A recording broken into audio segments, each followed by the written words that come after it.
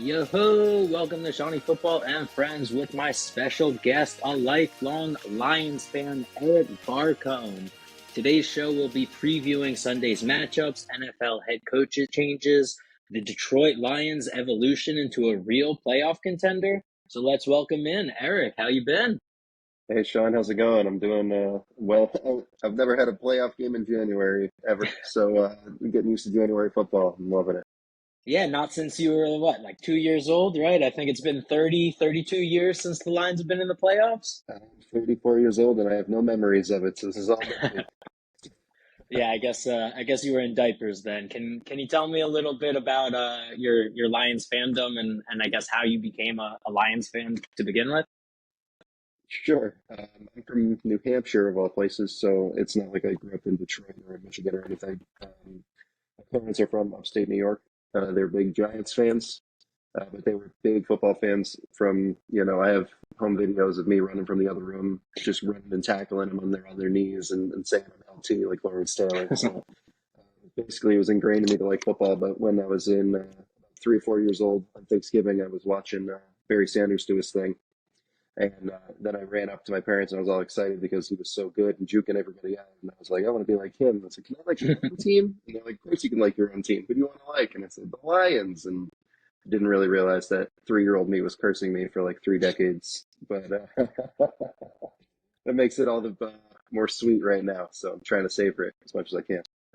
It's really awesome that you fell in love with Barry, especially on Thanksgiving of all days, just because that's the Lions' primetime slot on an annual basis. Even when the team hasn't been so good, at least they're playing on Thanksgiving. Yeah, that was the one time, before Red Zone was a thing. I only got to see him one time a year, and it was basically on Thanksgiving. So that was the one, and you were watching it to the bitter end, even if we're losing, 49-0 to Peyton Manning or getting beat up by Favre and Rodgers for decades. But yeah, that was my time. I loved it, and Barry was my guy. I got a rookie card, 3 signed photos, couple jerseys. He's the man. That's awesome. Do you have like a special hatred for the other guys in your division, the Vikings, the Packers, the Bears? How do you feel about how they're doing these days and the fact that you guys are the ones left standing at this point? For once, I love kids looking like he's going to be a pain in the side for another decade, like the other two were. But So were you like grinning or a little bit happy that his season only lasted 4 plays? no, I'm never hurt. I'm never rooting for somebody to get hurt. But as long as he was out of the division, I really, was only going to see him at the end of the year, if anything. So I was more so just happy that he was gone, similar to the Brady thing, because I grew up in New England, so I got real sick of him real quick, and then moved to St. Pete, and he followed me 10 days later to Tampa. So felt good. Yeah, St. Pete's a fun time. That's awesome. So, tell me a little bit more about the division and the Vikings and the Bears real quick. Sure. So, Everybody in the division, somebody, one of my buddies in a group chat asked me if we had rivals. And I said, no, we don't have rivals. We haven't ever beaten anybody. You have to have a two-way street to be a rival. I've only seen this go one way. So no, they're people we play twice a year. They're not rivals. Other people might say they were, but as of the last couple of years, now we're getting in division wins and then we're starting to move in. Now it seems like we're more. I have my distaste for all three. It's really just, God, I hate that Rodgers guy. Like, he just wins all the time. It's and hard to before hate. that, it was Favre, and Yeah, yeah, my whole life from '92 there's Favre, and I'm 2.5 years old. So as soon as I start liking the Lions, and it's been Favre and Rodgers for my whole life until this year. So but dealing with Kirk Cousins isn't so bad, right? I feel like you're just getting mediocrity with them. Like I give him crap all the time, but he's honestly a very good quarterback. But but yeah, we I can't feel we like you're can't only stop Nick getting Mullins. max a So playoff game out of him. yeah, I mean, but I've never been worried about the playoffs before. So it's hard to worry about something when you're just trying to get in there. Some talented teams or people who made the playoffs recently, they don't really understand it when they're around you. But that's why I take them all very seriously because I don't take anything for granted, and you just try to get the 10 to get in there. Yeah, I mean, it really seems like you're very passionate. The fact that you didn't even live in Detroit and you've stayed so loyal to such a losing franchise. I mean, I hate to paint it that You're not that telling me anything I blatantly, don't know. but you guys have struggled for most of my life, and it's such a Yeah, it's so fun to root for the Lions right now. Like I was honestly like almost relieved when the Eagles lost to the Bucks because I knew their season was over this year, and I wanted to root for the Lions because and I didn't want the Eagles to play the Lions because I thought that was going to be a hostile environment where Dan Campbell's biting off kneecaps and I don't know I wanted to transfer my fandom this year to I like think basically the Lions and the Ravens at this point. I have heard that from multiple friends, and then you get people that you haven't heard from for a while that text you after the Lions win a playoff game, and it's congrats, man, and I'm rooting for you. It's hard to hate it, even in the national media. You listen to the four-letter network and the big boys, and they're all talking about. It's fun to root for him. It's hard to root against him unless you're on the other side. You're like, why not these guys, man? You look around and you go, okay, you got Mahomes for the 18th time in a row. You want to see that? Not really, unless you're outside of Kansas City, right? You're like, okay, so I'm kind of want to root for Lamar, right? And the same thing happened. All right, San Fran's in it every other year. Kind of want to see the new guys, but we're up against it. That's for sure.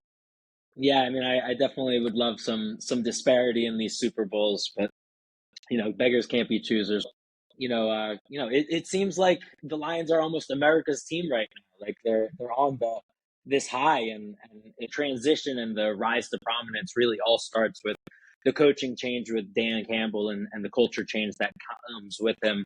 It looks like both your coordinators are sought after in head coaching jobs. I think Ben Johnson might be going to the Commanders. I'm pretty sure Aaron Glenn's been interviewing, but Dan Campbell really, I mean, with biting off kneecaps just from his opening press conference to getting the team riled up to just get two more wins with a bye in between, like it's pretty awesome. Can you tell me from your perspective just what it's like seeing sort of this transition because he took a pretty bad team and I think the first year or two you guys weren't particularly great. I think you went 0-11 or something the first 10 games or 11 games that he played, and then struggled just to finish that season out. But tell me a little bit about how he's built up the culture and where you guys are today. Yeah, so basically, the Fords, when you're going back to the hiring process itself, Sheila and the people who own the team we were trying to hire, they hire Patricia trying to be okay, we're going to bring in a GM and a head coach that are from the Pats. We're going to try and be the Pats that are most successful. And crash and burn about as bad as you can possibly do it. Patricia lost the locker room in about 10 or 12 games, making them do wind sprints when your 32-year-old vet needs an off day. Usually in the middle of a season, when you get a vet day, they're running gassers like it's We high had to learn school, the and you're hard trying to way in get it Philadelphia. He lasted 2 months. room, and you have no hope because this guy's got no experience except for half the season when Miami, when he took over as an interim. But he's an ex-player. He's under Peyton for a long time, so you got to hire him. And who's his OCs? It's the OC. I think was Anthony Lynn that he hired for a little bit. Then he fired him halfway through. He took over. But everybody else, you're looking at it was ex-player, ex-player, ex-player, ex-player.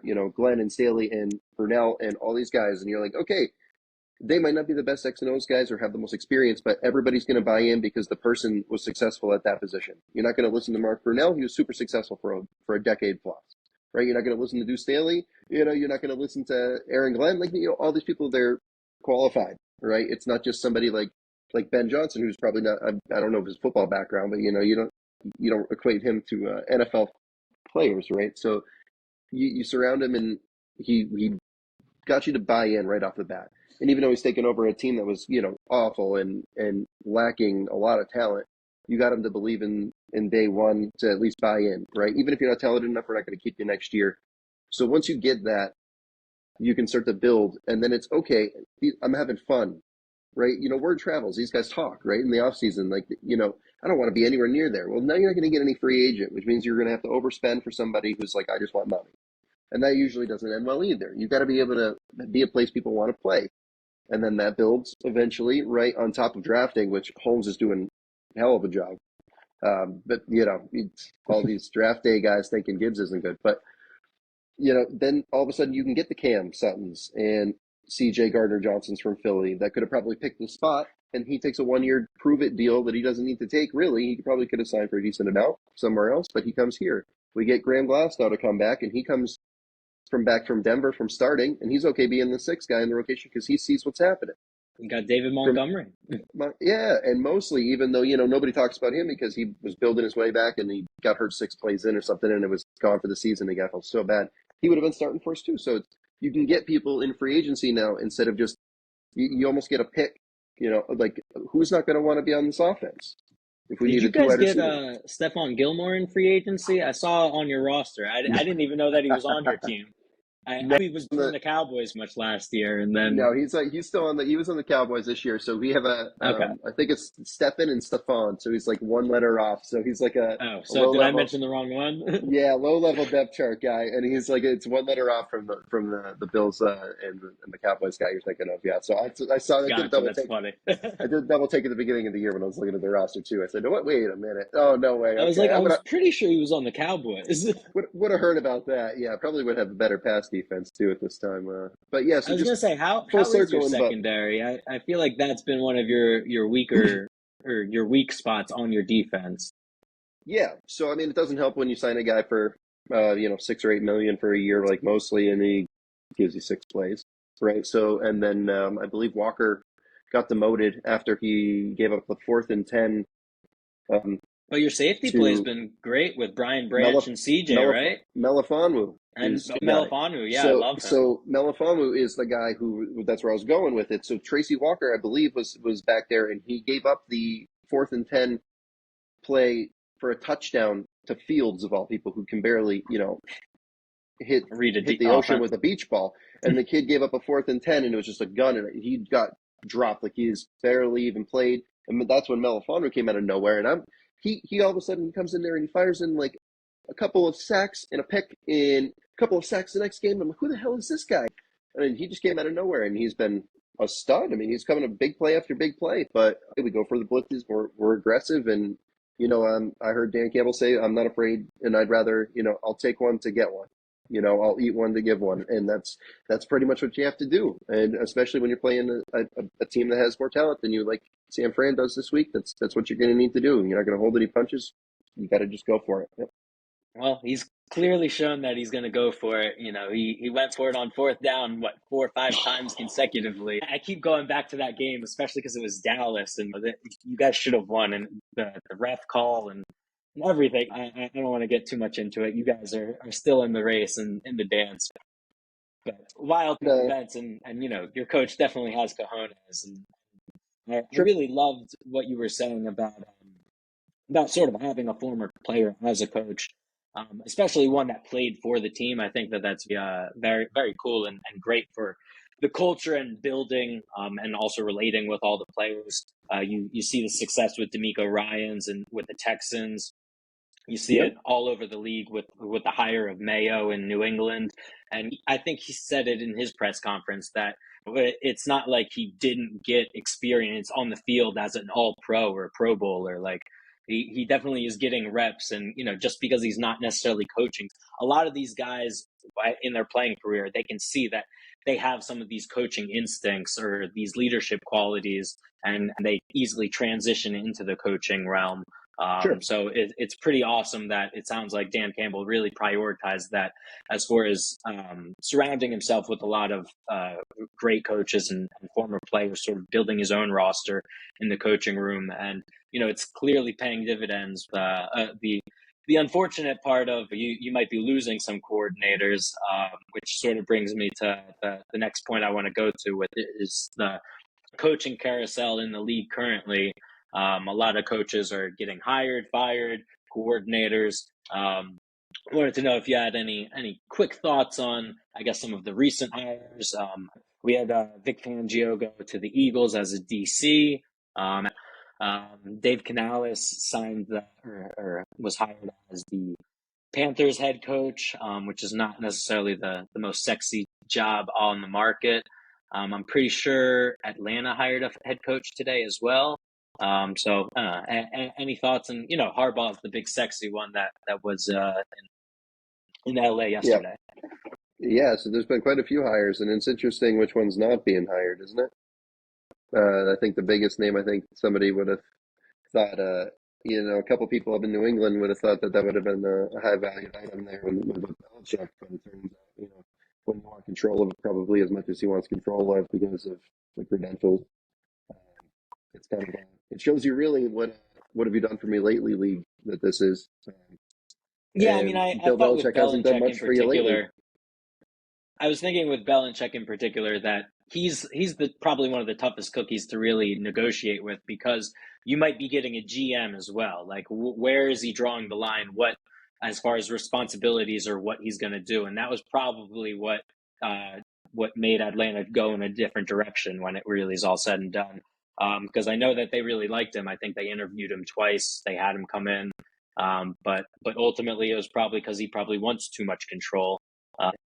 Yeah, it's difficult. It's difficult. I mean, he's 72 years old, right? So if you're really trying to build a culture, you want to keep a guy for a long time, right? You're trying to pull a Pittsburgh, or you're trying to pull a Belichick in his previous spot. You know, you're not getting that. You might get 5 years. You know, what's he coming back for? It's not rings. It's probably for the record, right? So he's probably got a couple of years of mediocre play or a couple of playoff teams in an season to get to that point. So he's probably gonna what's his motivation after that? And I don't know. You're going to be 75 years old. Would you want your grandpa, you know, coaching a football team still? I mean, at some point, you got to. It's, I mean, you know. So I think that comes into it, but we don't know if he's okay with just being a head coach. There's probably more decisions that he was making in New England that he would be okay with not making and focusing more on Coaching defense, up the team in defense. less on scouting the entire draft, right? So but that's probably it's more so who's not being hired. Because if you would have watched again the big guys, you know, everybody's gonna want Belichick. Where's he gonna go? He's gonna have his pick of the really. Well, what's up with Vrabel too? I thought he was going to be the big sexy hire, or was going to at least get a lot of these interviews. I don't even hear him getting calls for some of these. Yeah, it's interesting to see the directions and in of of who wants to go where and what direction they want to go in, what these GMs want to do, what the owners want to do, because they're more involved than ever too, especially like the ones in Washington, new owners, right? Uh, Yeah. Carolina, Tepper's all over it, right? And Washington, same thing. The writing was on the wall for Rivera before a game ever started. You know, it's like you're not our guy. You're going to be out. But it's interesting, and I'm curious to see what it'll look like in a year if his you know if he heats up if he doesn't get a job this year and then comes back in the next year, right? Is he a hotter commodity because you took him for granted and now it's okay? Yeah, we're really struggling and we could use him again. But yeah, I think that's the most surprising thing. I mean, I figured Ben Johnson was going to be going somewhere. Once the chips fall, there's only so many places you can go that have a head coaching position still that haven't hired anybody. So you can kind of see where Boomer was going with the Washington thing. Good luck there, but um, you know, he's the man. His sequencing is amazing. I've watched him call play calls. He doesn't overuse trick plays. I think it's the perfect amount. I think he utilizes people to their best skill set, which is why Jamos had a hard time getting on the field because he doesn't run block as good as Josh Reynolds does, even though he can run faster than Gibbs. So it's just, you know, you don't see him out there as much, but he gives them, you know, just those enough plays. Here's the reverse. Here's that couple of deep posts or a go pattern. And when you hit on him, 60-yard bomb touchdown. But Yeah, he's an exciting player. He's so fast and was a lot of fun to watch even just at Alabama. yeah, JML, man, I'm hoping for big things. But if we do end up losing Ben Johnson, the only positive way that I'm going to spin it is we're really going to lose a lot of offensive skill talent, which means that we're probably going to have a new OC, and he's going to have the ability to build, you know, JMO up into a proper number two that we need him to be. We can't have him get 2 catches a game for 30 or 60 yards, depending on if you hit your bomb or not. Right? You can't have Josh Reynolds running your games. He's basically this possession receiver that you have good chemistry with, and you know he's going to come down with the ball, but you're not making the game changing plays. You know, JMO can make a 9-yard curl, and he makes 2 people miss, and he gained that extra 4 yards, and it doesn't show up on any highlight. And I'm more impressed with that play than 90% of the ones that I watch in the game because you see the potential and the flash and the want to, and he's like everything. He's kind of a Gibbs wide receiver, right? They just want to, everything is going to go to the house. Like, I really don't want to cut this up and gain an extra 2 yards and put my head down. I want to try and juke you and get it to the house. And, you know, you need a couple of those guys on your team too. But I'm interested to see if we do have to get a new OC, how they use him the most. Because it's hard to mismanage the backfield and the O line's nasty. So it's more about JMO and the production there that I'm interested to see if we do get a new OC. Well, it's interesting that you say that it's hard to mismanage the backfield because, I mean, you do have two great running backs in Jameer Gibbs and David Montgomery, and it's really been incredible seeing how you guys have run the ball all season, really, and just have one of the more balanced attacks in the league. I don't know where you guys are as far as balance, but I'm pretty sure you lead the league in rush attempts, and it shows you're controlling pace of game, and a lot of people were giving criticism to the Gibbs signing or I guess drafting in April last year. They let DeAndre Swift go to the Eagles in free agency, or they traded him on draft night. Yep. Pretty much just as pretty much loose change. It didn't really seem like they cared too much for him. They just wanted to move on. And he had a great season for the Eagles. Nothing against him. We could talk about him another time. But Gibbs is this sort of gadget all over player. Was a top 12 pick, and a lot of people were criticize even just drafting a running back so early. But we're even seeing right now. I mean, running backs have been actually doing really well in the playoffs. CMC, if they, God forbid, win a Super Bowl, that may actually reset the running back market. But I feel like the balanced attack. Do you really have the confidence that the next guy would have such a good balance of the two backs, or you think that he would just try to give Gibbs even more full run in year two? Um, I think you might see the 60-40 split switch, but I don't think their roles are going to switch, right? You can take Gibbs and do the same things with him. You can do, um, to touch on the Swift thing, right? And then in the draft, and basically we've got him. Um, People were talking about why didn't you just take Bijan, or why wouldn't you take Bijan or move up or something to get him? And he goes, we already had David. But we already have something like that. And they were a So you little have bit to too work with, you similar have as to far as the. complement. Yes, you have to complement. You can't just take the same thing and be okay. No, you have to have a plan, and the plan is he's better than DeAndre is, and he's faster than DeAndre is, and he's more healthy because DeAndre never played a full season. Believe me, I got his jersey behind me. I loved the guy. I wanted him out of Georgia, and I'm like, he can catch the ball, and he's nasty, and he just couldn't Philly stay native. on the field. Just couldn't stay on the field, right? So the best ability is availability, and how Ben worked him as in Gibbs this year was, if you look, I think he had about 200 carries, and David only has like 250. So it's very, very evenly split. And we didn't overuse him, and we worked him into the game. Oh my God, you should have seen how many people And they texted both me. had over 1,000 all-purpose yards. I'm pretty sure. I'm pretty sure Yeah, Montgomery yeah. had more on the ground, but still. They both almost got there on the ground together. But yeah, it was basically why aren't they using Gibbs? You got the fantasy warriors texting you week 3. Oh, the Lions, that was a terrible pick. You go, no, you didn't watch what I just watched with Swift. They used him too much. He was hurt, and he was never there when we actually needed him to be, and he's out for half a season. And that does not help you win games. So they're like, let's get the bruiser doing his thing. And David made a couple of plays too. It's not just like he runs in a straight line. He made He's a been getting he scored touchdowns a left and he right. scored a He's the seventy new yard Jamal touchdown this Williams. year. He scored a 70-yard touchdown this year where his probability was less than 1% to score a touchdown because of how many people he had to make miss. And it was like one of those, football stat things where they go in and analyze it. It was less than 1%, and he just bang. And that's, Zigzags. he's capable of doing that too. It's not just like he's just a big bruiser that puts his head down. So you got to protect what you need to protect so that we can use Gibbs 20 times in this game, you know. So you gotta have him for the games that matter. And I love how Ben planned the entire year and had that in mind and wasn't just, yeah, we're gonna get him, throw him right in the fire because we drafted him 12 and fantasy owners want him. No, there was a plan, and I really appreciate that because there's hardly ever been a plan in my lifetime with the Lions. Yeah, I mean you don't have to take those fantasy managers too seriously. They're just mad that David Montgomery vultured a touchdown that Gibbs was gonna get. I mean it just happens with any particular player in football, but it is what it is. I'm sure as a fan of the team, you're just happy that you're scoring and in the playoffs at this point. Of course, I trust Brad Holmes. He drafted Gibbs and Jack Campbell. Nobody like that, and he starts for us. Sam Laporta, oh, you drafted him in the second round? Yeah. Oh, you traded TJ Hawkinson. Why did you do that to the instant? Because he's going to want $50 million, and we're going to get this borderline same production But from a what a second round find you from found a in second round Laporta. draft from a second round draft. Okay, yeah, that works out, Brad. Good job there. And then Brian Branch is one of the best slot corners in the whole league, and he started his career off with a pick six of Mahomes, so that's not a bad way to do it. So he's been great. You got to trust the process and what you Yeah, got. he Lean on fell to your. you too. I thought he was going to be a first round prospect, and I was really surprised. I think he went what early.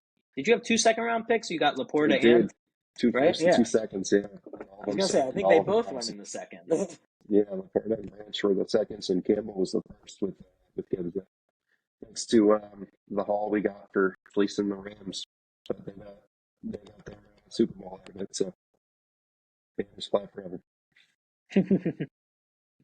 But I mean, how do you feel about Laporta? I mean, I think pre-draft, like Michael Mayer and Dalton Kincaid were really getting all the love, and I think maybe one of the guys that the Green Bay drafted, because they got two, right? They got Kraft and Musgrave. I don't remember which one's better.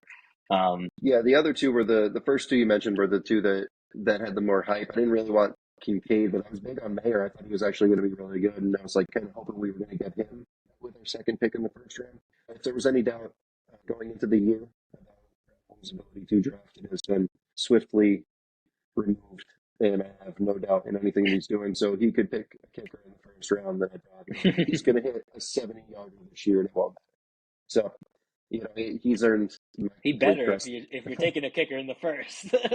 I mean, he's earned it, so he can do whatever he wants. He's an excellent GM and definitely the best I've ever seen Yeah, I in mean, my it in really my seems lifetime. like you guys have drafted really well in the past few years. Penei Sewell, Aiden Hutchinson. I mean, I know that those are just your early draft capital, but you're hitting on them, and not every team gets those right, those early picks right. So like even getting those, rebuilding the culture, and then hitting on an amazing draft this past year with three or four guys that are literally playing impactful plays on a weekly basis. And Laporta, I think, should be getting more hype as far as a rookie of the year campaign. I know it's going to be C.J. Stroud or maybe Yeah, Puka Nakua on a really outside chance, but yeah, pre-draft, it was all about Gibbs and Bijan. I feel like that was getting all the love, and everyone felt like it was just a lock with Bijan. To have a tight end of all players on the Lions, in the conversation, probably not get enough love, but in the conversation is such a, I don't know, such a breath of fresh air. I mean, he's been exceeded him and Branch really exceeded any expectations that I have. We hoping for the best all the time, but I was pleasantly surprised. Well, speaking of someone who's been exceeding expectations, in my opinion, Jared Goff's been pretty incredible all season. I think he's been pretty much top 10 in almost every quarterback statistical category. You guys are winning games, you're in the playoffs, and he's getting disrespect. He beat Stafford, the guy that he was traded for. A lot of people thought he was just an afterthought in Detroit, where he was just going to sort of ride out the rest of his days and sort of be like Carson Wentz, where he's just an afterthought. Um, and good luck to Carson Wentz. Hopefully, he can revitalize his career. But He'll latch on as a but Jared backup Goff somewhere. seems like washed used up goods that no one wanted, and you know what, he's good enough for you guys, and has really been wheeling and dealing. And I'd love to know your thoughts about when he came to you guys initially. Losing Stafford was probably a big emotional thing. He'd been with you guys for so long, and I'm sure you were rooting for him in the Super Bowl until like 2 weeks ago when he came into town. But tell me a little bit about Goff coming into town, and then where he was, and then where he is now. Yeah, so you got to kind of feel for him when you get thrown thrown in like that, especially they give him a big contract and then they're like, no, you're not. We're gonna go get Stafford. We'll give you all these picks. Screw the picks, right? That was their motto. F the picks. So it's he came to from a roster that was in the Super Bowl and really contending to here you go, bottom of the barrel, three and whatever 13, Detroit, have fun, and he put in the work, man. He had a great attitude the entire time.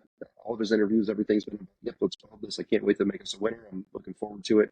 And obviously I was depressed and not really really about it. I'm super excited, right? Especially with a guy that I'm growing up with, and I know his potential, and obviously Stafford's a better player. But when you look at the Hull, like the graphic in one of the lead ups to one of the games, they were looking at it, and it's like six starters we have and Goff. You can't really, hate the results for either team. I think that's probably one of the most successful trades in probably history. Uh, I don't know if anybody on both sides got what they wanted quite like that. Expected.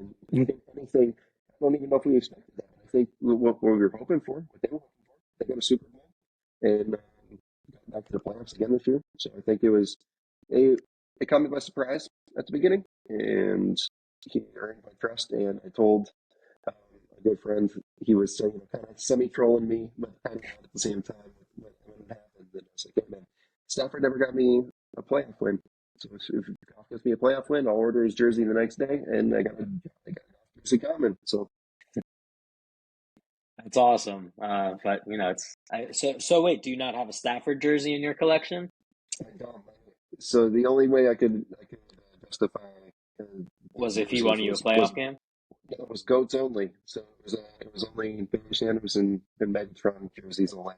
So those are the Well, you only made two two great choices there. that I've had. So then I was like, all right, and now Goff delivered what I couldn't see with either of them. So, But was it really tough that first year when you guys were like 10-1? I think you end with like a 3-13-1 record, which is pretty nice turnaround. But I'm sure it was problems all over the team. But like, was quarterback one of the issues, or was that something that you were just like, it I was wish that he had someone to throw to, or that he had someone to block, or yes, like take me back to the yes. 2021 season.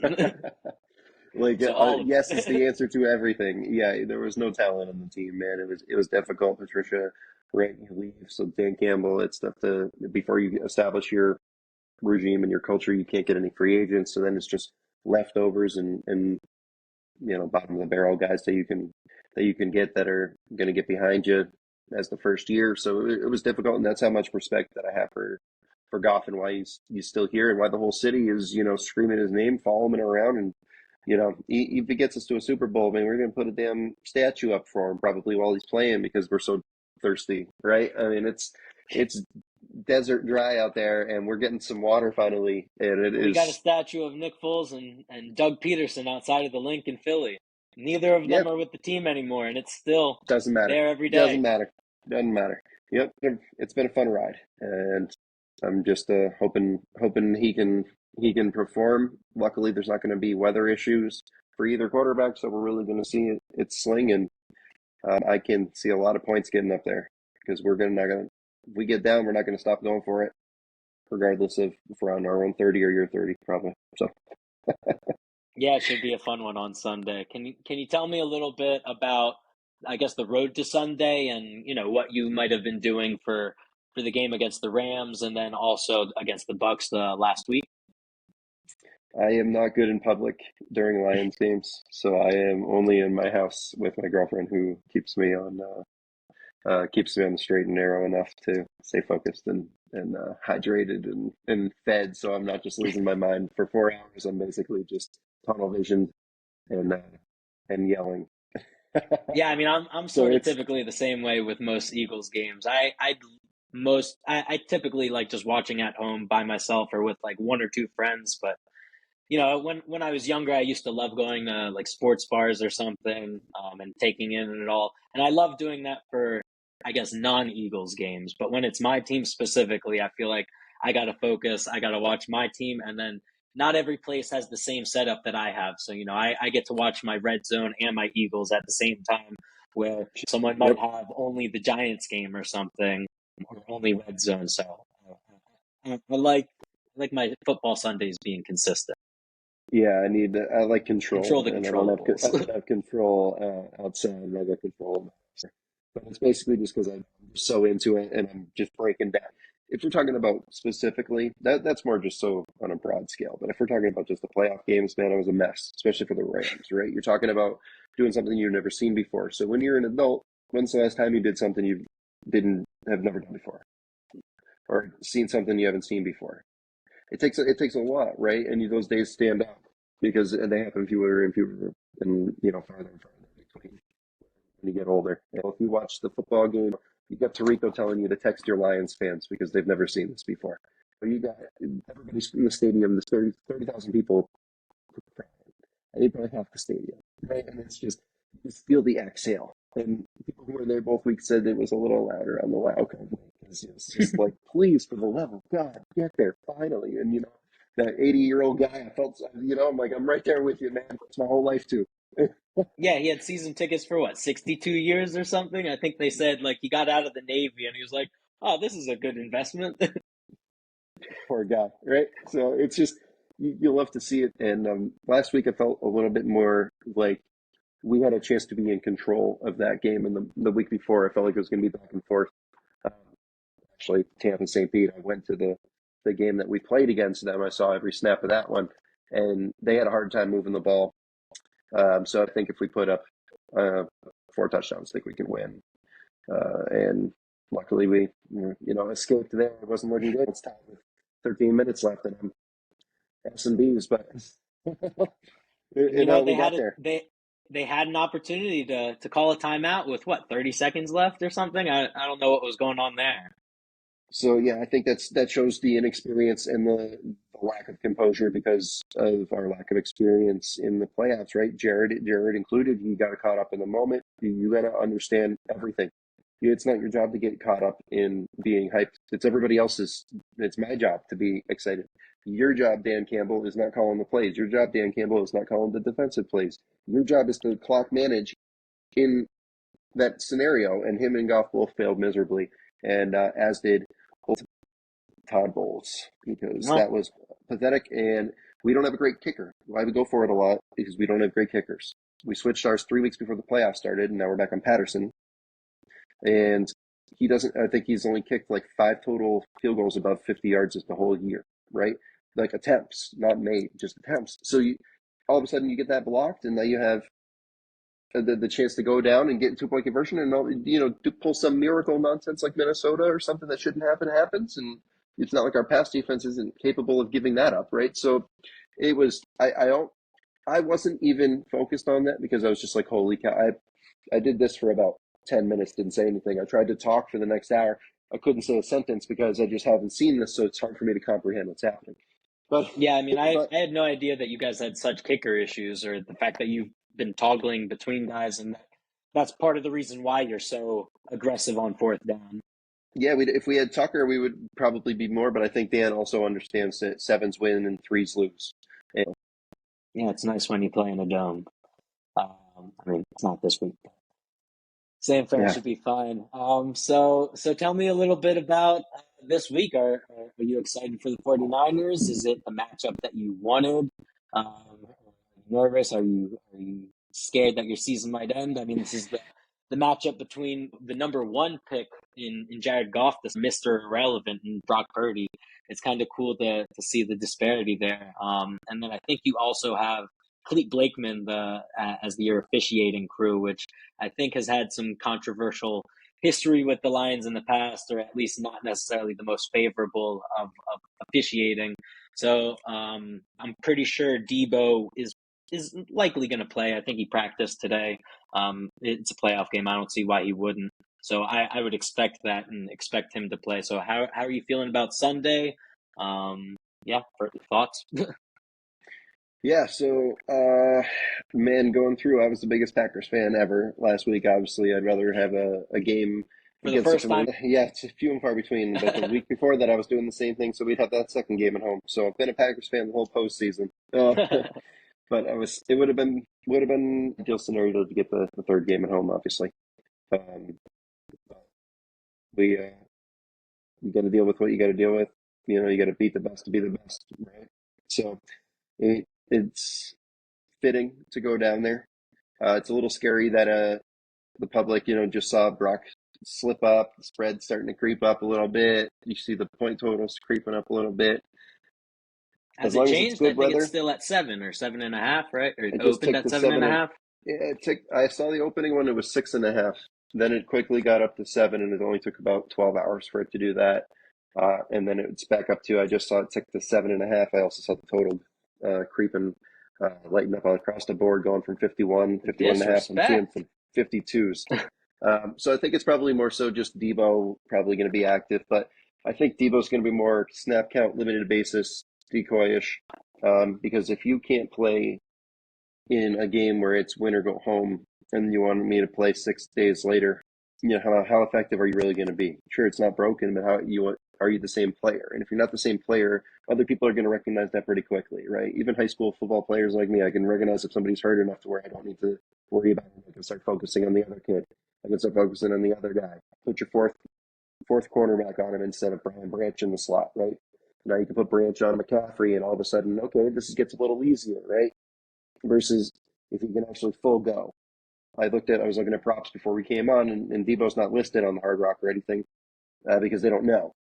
So if you're betting props on anything San Fran, I wouldn't touch anything because once he gets active, which he's going to be active, and they're going to have to throw something up there. Everybody else's total is probably going to dissipate a little bit, and it's going to come down. So if you like anybody else on San Fran, right, that would be the move. But just overall, as the game itself, I would definitely be lying to you if I didn't say I was extremely nervous. I watch all I mean, you're these, going against the 49ers, the one seed. You should be nervous. They're a yeah, very good team.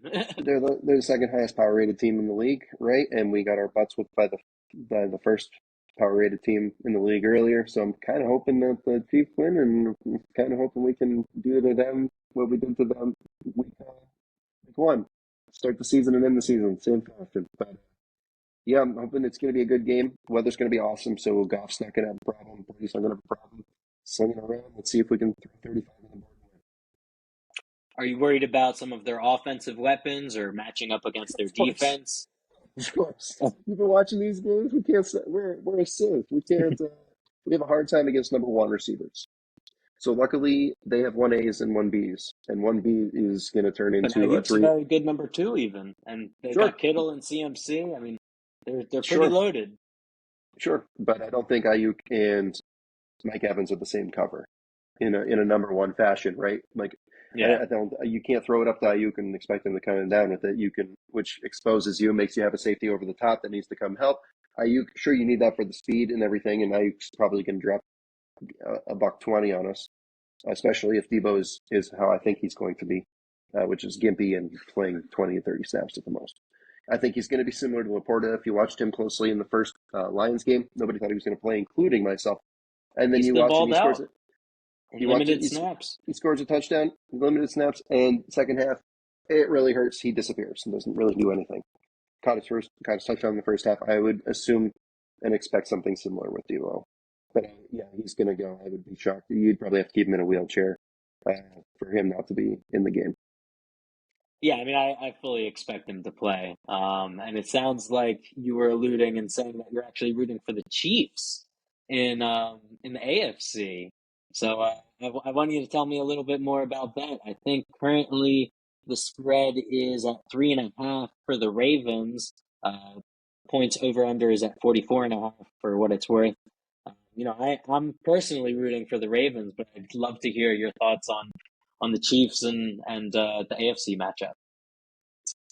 Yeah, it's going to be an awesome game. And it goes before mine, so I get to enjoy that and see who we potentially could play, right? But yeah, it's going to be an awesome game. I think I'd rather play the Chiefs because I think we can score They look more easy. beatable, I right? can score easier, and I think we can hold them two less points. Lamar, the thing that we struggle with the most would be the mobile quarterback, and even though Mahomes, sure, he's mobile, he's not Lamar Jackson, right? Lamar Jackson did whatever he wanted to, and granted, it was the worst spot for us, basically schedule and going places wise back to back away games in the middle of the year. What I'm referring to as the Lions playing the Ravens, and they just wiped the floor with us, right? It was the worst. It was like the worst setup, and it's like they win by 20, 30 points. You're like, yep, all right. So obviously, if you're gonna play both of these teams, which we have played, and we got a win in verse one, and we got our butt whooped in the other, I think I would be more afraid of the Ravens. The matchup itself, to get to your question, I personally I lean Baltimore. I think it's their time. I think their defense is probably better than both of the other two combined. If you took the best players on both the two previous defenses that were left to play and put them into a defense, I still think the Ravens are better than that. So Yeah, I I mean, think I that, think the Baltimore, it seems like a juggernaut at this point. In my opinion, seem like the number one seed of the four teams in the playoffs. Lamar's been playing at an MVP level. To have wide receivers around him for the first time, really, with OBJ, Bateman, and Zay Flowers, the rookie who's been balling out. It really looks like it's really helped evolve his passing game and sort of have more of a balanced attack. It doesn't really seem like it matters who the running back is beside him because he's just such a threat with the run that other guys are just going to get run lanes. I could be wrong, or maybe I'm just exaggerating a little bit, but I mean, you see guys signing left and right, and they yep. plug and play and are still getting 80 yards a game, it seems like. Um, Yeah, they're but they're they're crazy, man. They're real. They're a juggernaut on both sides. So from a Lions perspective, I'm rooting for the Chiefs, but from a wallet perspective, I would definitely be leaning towards the Ravens. If you like the Ravens, I would probably buy it down to 3. The Hard Rock down here in Florida has that -130. I would definitely be all over that just in case they only win by the 3. But a lot of syndicates that have been waiting for it to go down to 3. I've got a couple of notifications and things that I'm subscribed to that said there's going to be a lot of sharps, and that 3.5 is probably not going to be there by game time. It's probably going to be closer to 4, if not 4. is Hard Rock your sports book of choice, or do they have a lot of great promos in Florida in particular, just because of the endorsements and sponsorship deals that they have with a lot of the Florida companies in general? Yeah, so Florida just got legalized November. Okay, The so big thing very with recently, the big thing actually. with the tribes down here, the Seminole tribe basically controls all the casinos down here. So they go through the laws, and the legislation basically has to go through them. They have a monopoly. There's no other operators that are allowed to go down here. I'm not sure if that's just for a certain time period, but that was what the initial delay was for, because the Seminoles were trying to make sure, the FanDuels and DraftKings of the world couldn't just jump down here and take their market share. So we finally got them. So they're the legal book. They're really good. Their transactions, withdrawals, I get it in Venmo in 2 hours, so it's very nice from that standpoint. But I just use the Hard Rock for my For pretty much all searching your everyday needs. searching things there, and yeah, they're shaded -115 right now with the Ravens, and that indicates it's going to go to -4 probably if they keep getting money on that side, which I believe. Yeah, I So mean, I like I heard you I like mention Hard Baltimore. Rock. I heard you mention Hard Rock 2 or 3 times, so I was just curious because I primarily use FanDuel. I My worked with only option. DraftKings for about 2 years, so I was curious about the situation, and it's actually very interesting the fact that they sort of have I guess, a monopoly in Florida, and I guess it is going to a good a good cause. I'm just happy that it's legal, and that's a step in the right direction. Yeah, it's nice to be able to bet from your couch, right? Always. Great matchups for this Sunday. I'm sure as a Lions fan, it'll be sort of on the edge of your seat just watching that first game and excitement and nerves. And then, you guys are finally going. And then, for all you know, by the end of the night, you might be going to the Super Bowl, as crazy as that may sound. But I've been. if I told you that in September, you would have blown your mind or something. Where do You I would have where do never I believed sign? me. How much money do you need? That's what I would have asked. Where do I sign, and how much money do you need? That would have been the answer. So yeah, even the implied odds of the 7.5 spread, that's around 25% that Vegas thinks we get a chance. So if you would have told me there's a 1 in 4 chance of us going to the Super Bowl, and all we got to do is win one game, I would have been okay with that for sure. Well, if you're asking me, I think Vegas has it wrong. I think they're completely disrespecting you. I'm not saying the Lions are going to win, but I think that it's going to be a 3, 4 point game. I think they're going to keep it real close. Based on how Green Bay played San Francisco last week, it really looks like they sort of showed you a little bit of a recipe of how to beat them. And that's with Aaron Jones and the run game. And you guys have one of the best run games, like we alluded to earlier, with Gibbs and Montgomery. So I think that you guys really have a lot of the pieces, at least on offense, to take care of business. My biggest worry for you guys in particular is your secondary and how you match up with Debo and Kittle and Ayuk, CMC even, just because I think you guys have really good linebackers and pretty good safety play, but I personally don't know who's playing at cornerback on your team. Um, and that's definitely a concern, especially when I see Mike Evans go for 100 yards and a touchdown or two last week. Now I know you mentioned that you're not as worried technically about maybe Debo specifically if he's on a snap count. Maybe he'll be phased out early. But final thoughts, I guess. Yeah, so I think it's really going to come down to red zone defense. I think we're going to try and limit plays, big plays. We've been more susceptible to that. Whether we're going to be successful or not is different. But the last half of the year, we were in the top, five in red zone defense, and you saw that in. That's the only reason we won the first game. We had 80 total yards in the second half. We had 3 total points. We still won the game because we only gave up field goals. Three's don't, sevens do. So I think we're going to see the Lions come out and be hyper aggressive. I think you're going to see a last game of the year. Brent can't hold anything back now mentality, and Ben Johnson, is just going to sling it. I think he's gonna be calling every trick play they got, and we're gonna go for it. I would say the over under on how many fourth downs we get go for is probably going to be 4.5 or 5. And we're not. You're They leaving it go into all the on the table. game knowing they got to put up a 30 spot to have a chance, and that is the right mentality. But I think, like you said, ball control is also going to help that too, and leaning on whoever is more effective. I hear a lot in the media that it's going to be Gibbs. I personally think it's more of a Montgomery set the tone, set up right in the middle and go, and then you bring Gibbs in for the change of pace when you get the personnel advantage. When you get on an outside linebacker, run a whip route or something. But, yep, we're just. I'm gonna be. My phone's gonna be off. I'm going zero dark six. We won't be. You won't be able to reach me. That's for sure. And it'll be an interesting couple hours. Well, if you guys win, I'll be sending you a text and congratulations regardless. But yeah, I mean, I really appreciate you coming on. This has been a blast. You're Yeah, welcome man. any Thanks for other having me. time. And hopefully the Lions can win you a champion NFC championship this Sunday and take you guys to the Super Bowl. It'd be awesome to have you back for a Super Bowl pregame or something like that, and then maybe sometime talk about free agency or draft needs. But that's you're focused on Sunday right now.